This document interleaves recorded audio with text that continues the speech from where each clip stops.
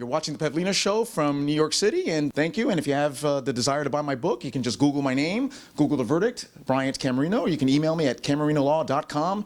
Hey everyone, it's Pavlina from the Pavlina Show, and I am here in New York City with Bryant CAMARENO, who is the former federal and state prosecutor. How are you doing? Great, thank you. How are you? I'm good. I'm very good. It's been a very long day, but you know, we're good. Right. Yes, so you were in New York for a little bit. Tell me about, because you're based in Tampa. Right, Tampa, Florida, that's correct. And we're here for the holiday break, for the Christmas break, yeah. Yeah, that's amazing. Oh my gosh. So you have been practicing law for 21 years. Correct. How did you get in it? Like what, everything like that. Well, I grew up in Tampa, Florida, and as a kid, I wanted to be a writer, a screenplay writer, a novelist. But the reality was, growing up in Tampa, the opportunities weren't there. So with the help of my wife, who was then my girlfriend, we decided, let's maybe focus on going to law school, and I did.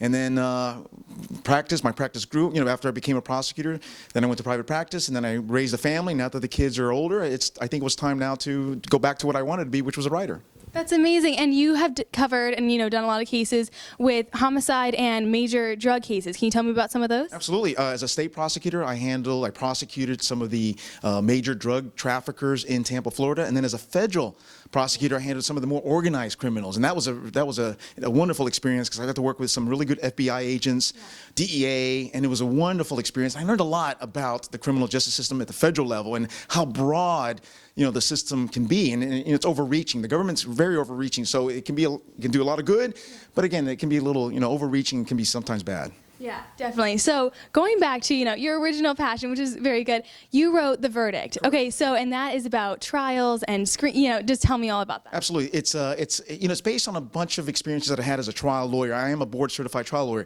And it occurred to me one day, as I was doing a trial, the impact that a trial has on jurors. I remember listening to some of the jurors as they debated in the deliberation room and what went on in that context.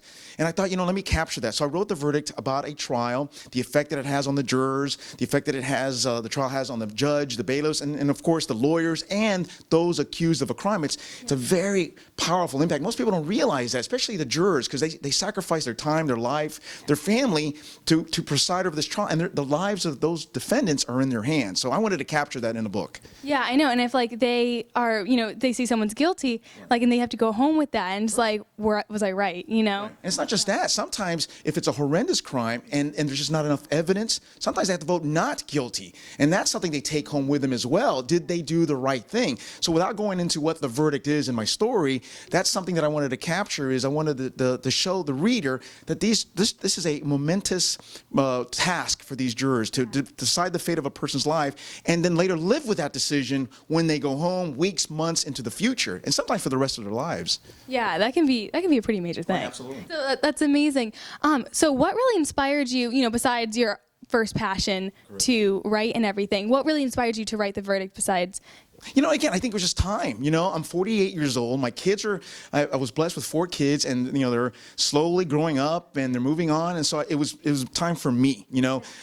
Sometimes on Facebook I post some memes that are meant to to support the people and all that. So there's one that reads, "Trust the timing in your life," and I waited this long to be a writer, and and I don't have any regrets. I don't think I could have written this book without the 21 years of experience that I had. So in other words, 21 years ago, had I not gone to law school, I don't know if I would have written a book such as The Verdict, because I wouldn't have had the experience. But now, I think that when readers read it, they're going to say, wow, this guy knows what he's talking about, because I've lived that for 21 years. So I trusted the timing of my life. So it's just my time. That's really what it comes down to. Exactly. You do have that experience and knowledge of writing a book.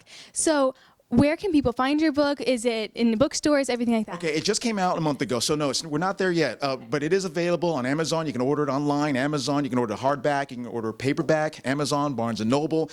I've been told, though, they're selling out. So if for some reason it's not available, just be patient, pre-order, and the book will come. But you can also order it in Kindle and Nook. So or you can just contact me, and I'll be more than happy to send you a copy, and I'll even sign it, like the one I just signed for you. But it's absolutely available on Kindle and Nook, and that's, I think, the most popular right now. Is a lot of people love that because it's just so easy to download and just go through it. And so yeah, so it's available, and hopefully later this year it'll be available in the bookstores. But I'm still working on that. You actually know my sister. Correct. That's crazy. Small world. Like we're like all together.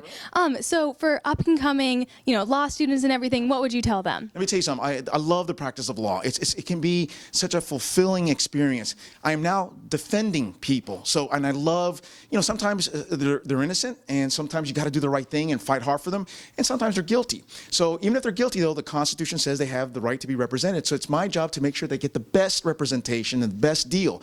And I met your sister in court, in the domestic violence court, and she's, very charming, and you can tell she's got a good head on her shoulders, and she's got a bright future ahead of her.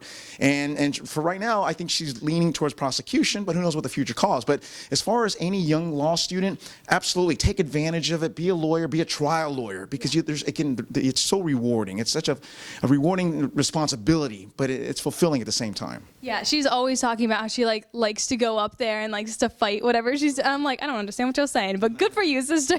So for any future law students, either wanting to go into law or not knowing what part of the law, there's so many different parts of things you can go into. How would you tell them try to go with something you're interested in? Well, I think, first of all, when you go into law school, first of all, you're going to have to take all these classes that, contract law, property law. Nobody wants to go into property law, but sometimes they do. But I think the key is to look deep inside. What is your passion? Find out what your passion is, and so that when you go into law school and you graduate, then you pursue that passion. So it's really hard to say. It's what lies in here. Yeah. So that's what I would say. Just whatever you find in here. If it's for a while I was like your sister. I was a domestic violence prosecutor, and I loved representing victims of domestic violence, women, men that were victims of domestic violence. That was part of my passion right there. Was helping those who had no one to speak for them. So I think you'll find your passion once you go into, but again, if you're doing it for the money, unless you come to New York or some major city, it's not easy. But in the end, it pays off. As long as you're happy here, then I think it'll reflect in your career. Yeah. Very good. Thank you so much for talking to me. I can't thank you enough, and I love New York, and I love you're taking this time to let me promote my book. So thank you very much.